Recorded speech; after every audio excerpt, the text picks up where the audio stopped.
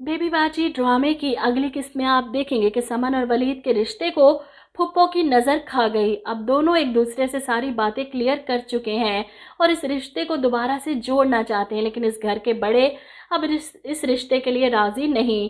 वहीं फुप्पो भी ऐसी ऐसी बातें करके आई हैं, शहनाज सोचने पर मजबूर हो चुकी कि मेरी बेटी का मुस्तकबिल उस घर में ठीक नहीं। समन अपनी माँ से बात करने की कोशिश करती है, अम्मी प्लीज़ क्या आप पुरानी बातों को इग्नोर नहीं कर सकती, जिस पर वो समन को झिड़क देती हैं। ज़्यादा कहने सुनने की ज़रूरत नहीं, ये बड़ों के फैसले हैं, बड़ों को सुलझाने दो। वहीं अस्मा की बुटीक का सारा काम सीख चुकी है सायरा, हर चीज़ पर इसकी नज़र, क्या कैसे कौन किस तरह सब कुछ अच्छे से कंट्रोल कर चुकी है। ऐसे में जब महीना पूरा होने पर अस्मा इसे तनख्वाह देती है तो ये पैसे लेते हुए सायरा के माथे पर नागवारी थी। खैर ये दोनों घर आती हैं तो जमाल साहब इन दोनों को अपना फैसला सुनाते हैं कि हम कल समन के घर जा रहे हैं वलीद के रिश्ते की बात करने, समन को दोबारा से अंगूठी पहनाने। अब ये लोग तैयार होकर खड़े हैं तो वलीद भी भागकर मिठाई का डब्बा ले आता है। इधर सायरा अपनी माँ को बताती है कि तुम तो कह रही थी कि तुम बात को बिगाड़ कर आओगी, लेकिन यहाँ तो बात फिर से बन गई। जमाल ने सबके सामने कहा कि वो खुद जाएगा शहनाज के घर समन के रिश्ते की बात करने। ऐसे में फुप्पो बेगम कहती हैं, मैंने शहनाज के सामने बदजन करने वाली कोई बात नहीं जो मैंने ना की हो, लेकिन फिर भी ये ऐसी बेशरम औरत है, मरे जा रही है अपनी लड़की की शादी यहाँ करने के लिए। इस पर सायरा कहती है, छोड़ो दफ़ा करो, जो मर्जी करें, लेकिन ये देखो कि आज अस्मा ने मुझे ये तनख्वाह दी है।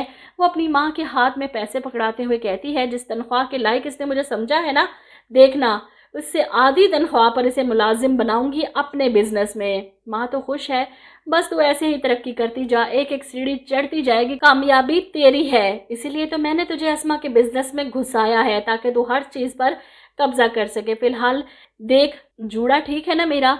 ये सुनकर सायरा कहती, क्या हो गया अम्मा, रात को सोना ही है, किसको दिखाना है तुमने जूड़ा।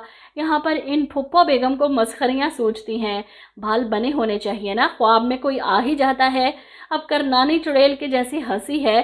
ड्रामे में आगे आप देखेंगे कि दुकान पर बैठे वासिफ को नसीर काफ़ी दिनों से नोट कर रहा है और ये बात घर आकर वो अस्मा से भी करता है। मुझे ऐसे लग रहा है जैसे वासिफ और फरहत के बीच में कोई झगड़ा चल रहा है, कोई बात है, क्योंकि दोनों के बीच मुझे नाराज़गी लग रही है। इसमें अस्मा फरहत से पूछने के लिए उसके कमरे में आती है, इसे बैठे बातें कर रही है और वहीं पर अजरा टपक पड़ती है। इन दोनों को एक साथ बातें करते देख इसे गुस्सा आता है।